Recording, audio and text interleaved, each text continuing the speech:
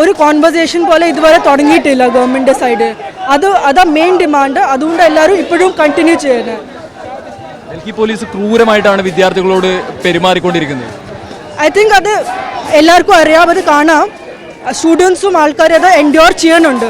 പക്ഷേ demands remains the same. Accountability, let's have A conversation. അതാ main ഇവിടെ എല്ലാവരും നിൽക്കുന്നത്. അതുകൊണ്ട് 21 ഇത്ര ബ്രൂട്ടാലിറ്റി കഴിഞ്ഞിട്ടും എല്ലാവരും പിന്നെയും തിരിച്ചു വരണം ഇങ്ങോട്ട്.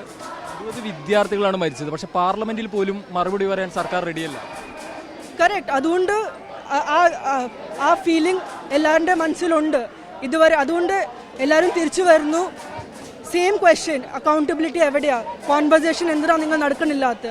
അതുകൊണ്ട് എത്ര ആൾക്കാർ ഇവിടെ വന്നിട്ട് ലാഠി ചാർജ് അവർക്ക് കിട്ടി, ലാഠി ചാർജ് കിട്ടി, പക്ഷെ തിരിച്ചു വരുന്നു. ബിക്കോസ് ഈ റൂട്ട് അല്ലെങ്കിൽ മറ്റേതെങ്കിലും റൂട്ട് ഇല്ല. രാഹുൽ ഗാന്ധിയെ പോലും പോലീസ് ക്രൂരമായി മർദ്ദിക്കുകയാണ്. Correct. He is acting like any other citizen. Rahul Gandhi വന്നത് നിങ്ങൾക്കൊരു പ്രചോദനമായപ്പോൾ?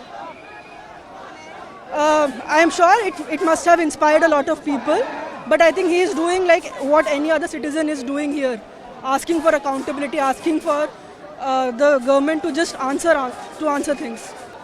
ഫുഡൊക്കെ നിർത്താതെ ഫുഡ് വന്നിട്ടിരിക്കുകയാണ് രാജ്യത്തിന് വിവിധ ഭാഗത്ത്. Yeah, that's very surprising. ഞങ്ങൾ ഇവിടെ വന്നു കഴിഞ്ഞിട്ട് എല്ലാ 5 സെക്കൻഡ് അകത്ത് ആൾക്കാർ വെള്ളം തരുന്നുണ്ട്, ഫുഡ് തരുന്നുണ്ട്. ദാറ്റ് ഷോസ് കി എത്ര സപ്പോർട്ട് ഉണ്ട് ഇവിടെ. വളണ്ടിയേഴ്സ് ഒക്കെ ഫുഡ് വേണോ ഫുഡ് വേണോ, പിന്നെ വെള്ളം കുടിച്ചിട്ട് ബോട്ടിൽ എടുക്കാനും തിരിച്ചു വരുന്നുണ്ട്. Don't litre, will take back the bottles.